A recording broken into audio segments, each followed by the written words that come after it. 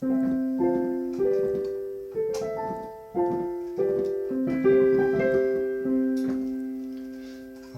So I got a new piece in the mail. It's by Ian Clarke. It's called Orange Dawn, and I just ordered it. And I've heard it many times, and I like the recording of it, so I ordered it. But I didn't realize as I was listening to it that there's like a lot of extended techniques. Like I could hear pitch bends and stuff, but there's actually like a lot of fingerings and stuff you have to kind of learn and adapt to doing. But so I figured I would just kind of blog my experience kind of preparing this piece.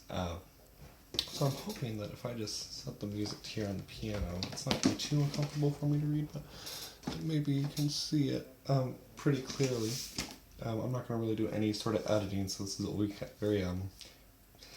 very candid on what it's like, hopefully, for learning if you're thinking about buying this piece and learning it. So it starts quarter note 60, which I'm not super concerned about the tempo. It is very mysterious in nature, and I don't think there's not too much going on in the piano part that makes you need to be super strict with in regards to rhythm, at least for a little bit. Yeah, at least until that first fifth measure, which is technically here. Yeah, because that's measure 4. A lot of music before measure 4. That's kind of strict. Cool. So let's just start at the beginning. I'm gonna play without the use of any of the harmonic fingerings for a little bit, and then I'll kind of go back and explain the harmonic fingerings that are listed here.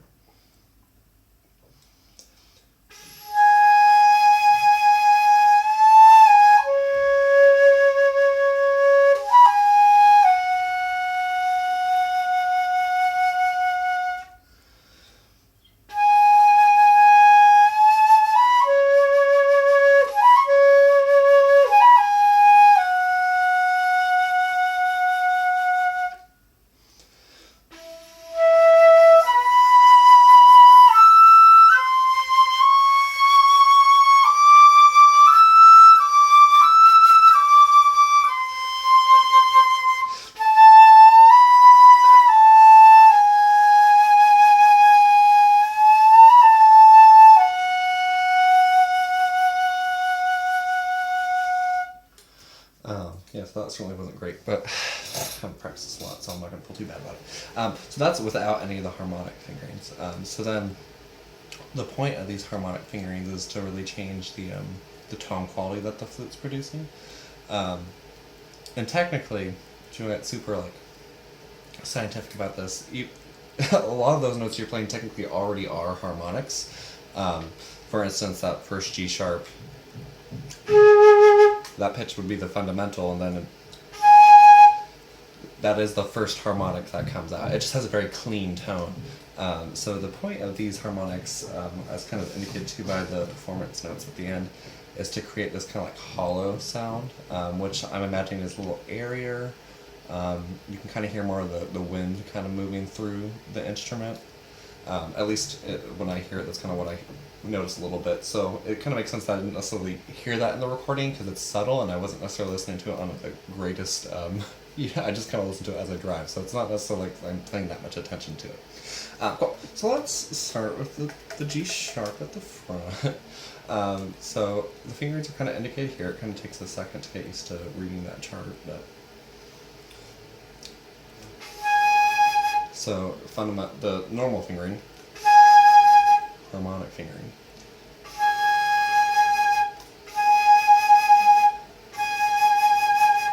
Very subtle difference. And let me see, let me put my tuner.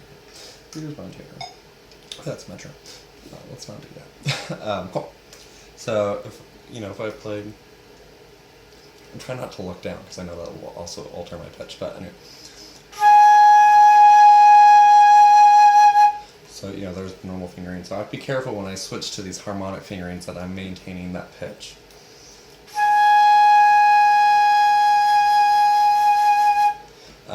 But hopefully you can kind of hear that it has, when I use those harmonic fingers, it has kind of that more windy sound to it, so to speak.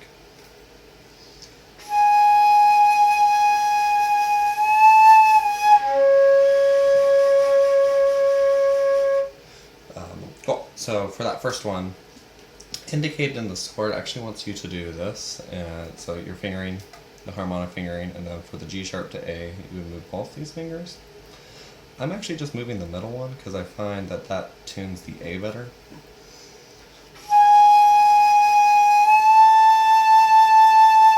If I move both, the A is actually too sharp.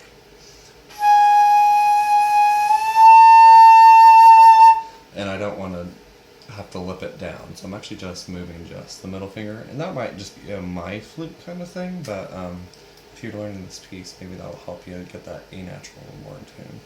And then for this C sharp fingering, I'm actually not using the C sharp fingering in the score because I don't think it makes that much of a difference. So here's like normal C sharp. And then the harmonic fingering here written is basically close every key you can that will affect the C sharp.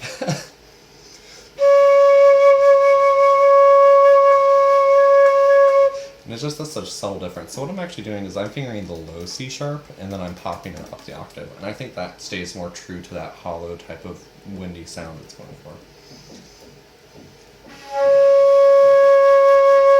And it's actually like really well tuned.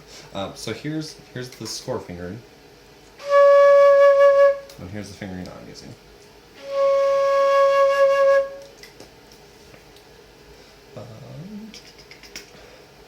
Yes. Okay, cool. So let me play that first phrase with all those harmonic fingerings I'm doing now. Let's see if I can actually get this on camera. Maybe a little bit. If I hold it, yeah. Okay, I'll have to roll up. That's what.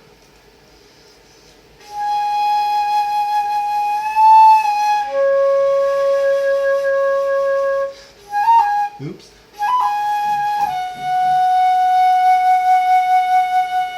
Okay, and another thing I'm doing different. In the score, it's written for you to do third finger F sharp and then use the trochee. I'm actually doing second finger F sharp, but using the same trochee, and I find that one's more in tune. So here's the score one. Seems it's very sharp. Here's the second finger F sharp with the same trochee. So I feel that still has the same sound quality, but it's easier to play in tune. Cool. Yeah. So let's keep going. So for this B natural, I'm kind of debating because I have a low B foot. I kind of do the same thing I'm doing with the low C sharp and just finger the low B, and that would get that very windy kind of sound quality to it.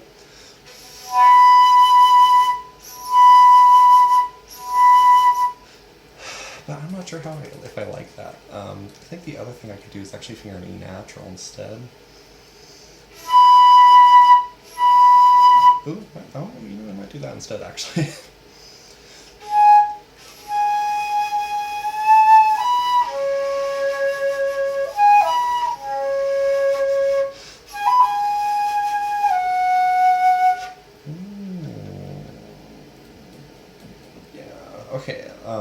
Okay, so here's, yeah, I think I'm going to use, so for that B natural, I'm actually just going to finger an E natural, pop it up that harmonic to get the B natural to come out.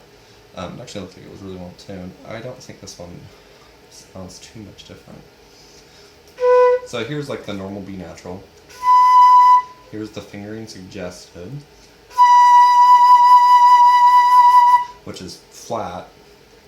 And to me, it still has the same tonal quality. It's now flat. It's just not in tune now. So I'm kind of just working to get it up. And then here's the E natural fingering. And I don't know if it's coming across on the camera, but to me, I can hear that like sound kind of going through it more clearly, which I think is, according to at least the performance notes, is more true to what the composer is wanting. Yeah, so let's continue on from there.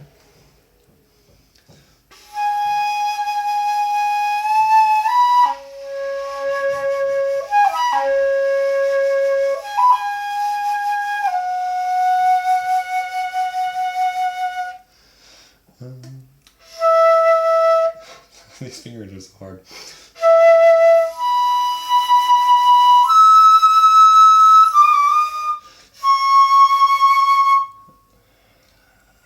See, that to me, that C sharp to me doesn't sound like a harmonic. It just sounds like a weird way to finger.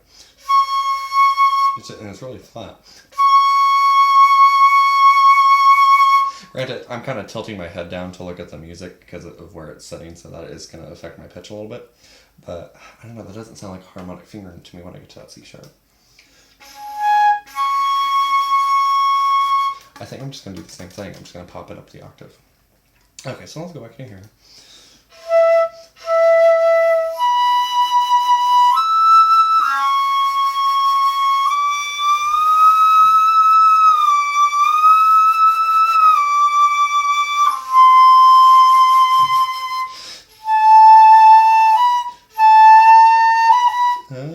Okay, so now I'm a bit lost to do here.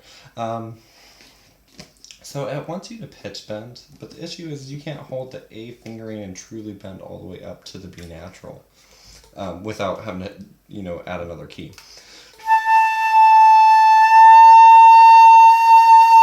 Which would be nice if I can get that all the way up to, you know, the B natural.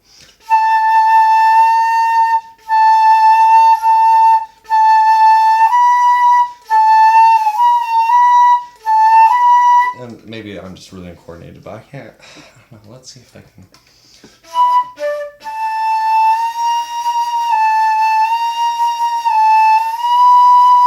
Okay, so here's my suggestion. Finger low D, and then you're gonna slide your right two fingers to get that up to B natural like this. And I think that's much more in tune, according to that green light on my tuner.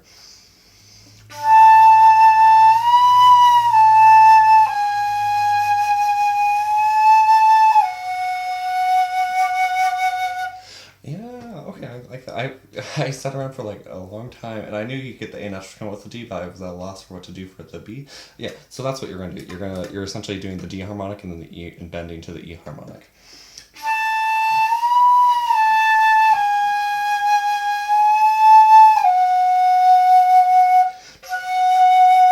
Cool. So I'm actually gonna sit up and see how well I can play that first section in tune for you guys.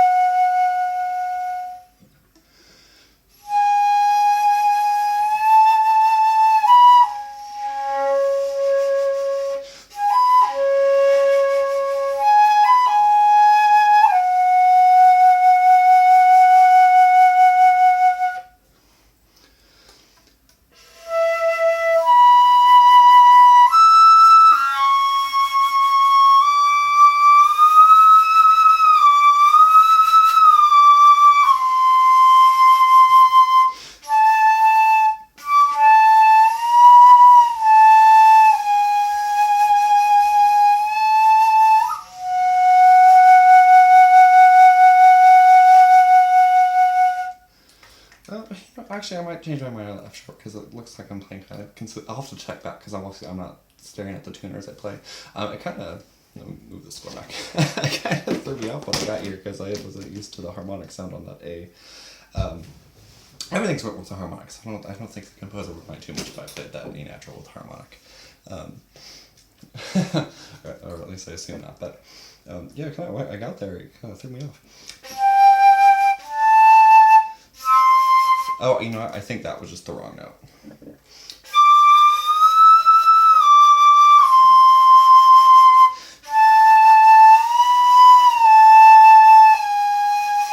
Or, I don't know. Oh, maybe I was just thinking about it weird. Cool. So let's see how long this video is. We're at 14 minutes. Yeah, I'll keep going. So I think I'll keep going through this first section. And I think that'll be a good block. That way it's not too long. Okay, so I'm going to start here, start on the camera a little bit.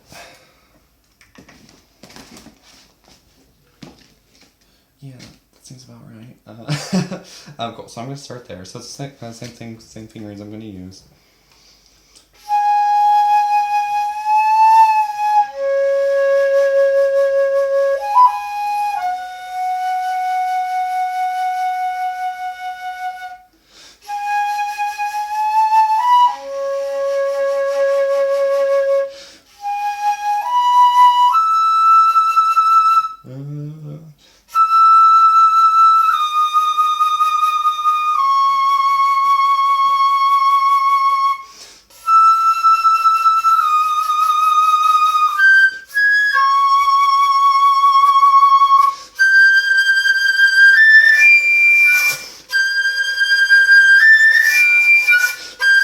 and I'm not gonna keep going.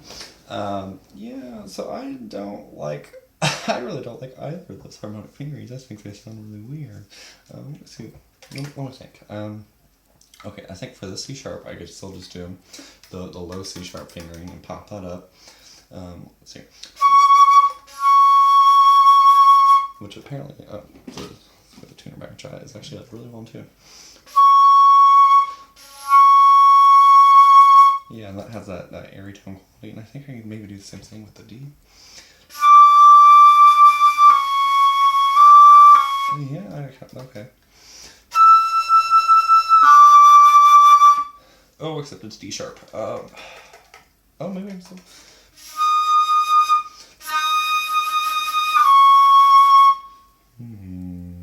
Let's see.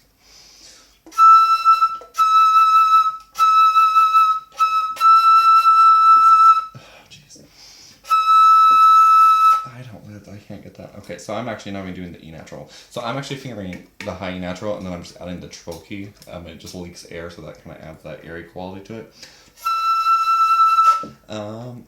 The other thing you do is actually you can play that E right there. You can play that fingering the low C. Let me try that. Okay, no, but it's. I'm not sure if I'll be in tune.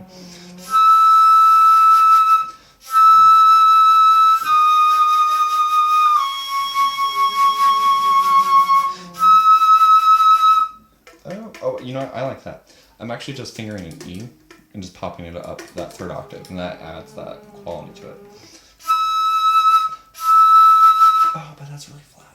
Let's not do that. Yeah, let's see if Oh, so actually, okay, so I'm fingering low E, and then I'm adding the second trill key.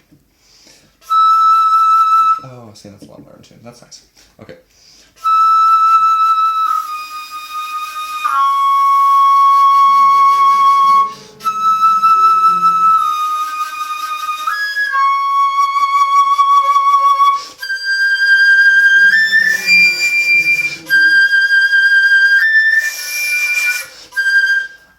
Okay, so that's definitely what I would do. So for this E natural, once again, I'm fingering this, and then I'm adding the trill key. So versus what it's a little different when it's written. They have the pinky and the G sharp key adding.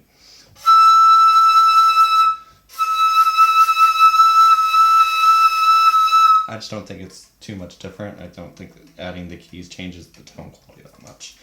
And then for the D. The D sharp, they're using both trill keys, pinky, G sharp key, and 2. And I'm actually just fingering the low D sharp and popping it up an octave. It's just easier to remember.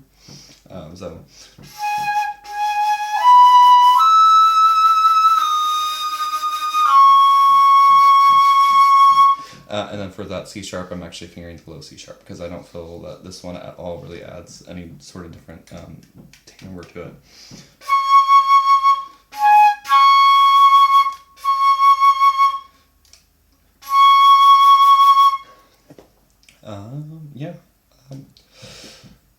Yeah, so I hope that helped if you're watching this at all. But I think those are the fingers I'm going to do instead. And I think that does keep true with the performance note of trying to create that more hollow sound. Some of these fingerings to me are just different fingerings, but they don't really change that color of tone quality that's coming out. It just sounds like you're struggling more to play it in tune. And I don't think that was the point. And I don't know, maybe the recording I was listening on, I would be kind of surprised to know if they actually were doing all of those fingerings, because I was so surprised when I saw that these are all actually done with alternate fingerings, and didn't really. I couldn't hear it in the recording, so I wonder if that's why, if maybe that recording didn't actually do it, because they knew they could get away with it. I also feel like for this opening section, you could just play on a flute that has a lot of leaks and call it a day. But yeah, thanks for watching. I think next time I will play through this, and then we will go on to the next section, which is just it's just a lot of drilling. I think it's just fast stuff, so there's lots of drilling involved.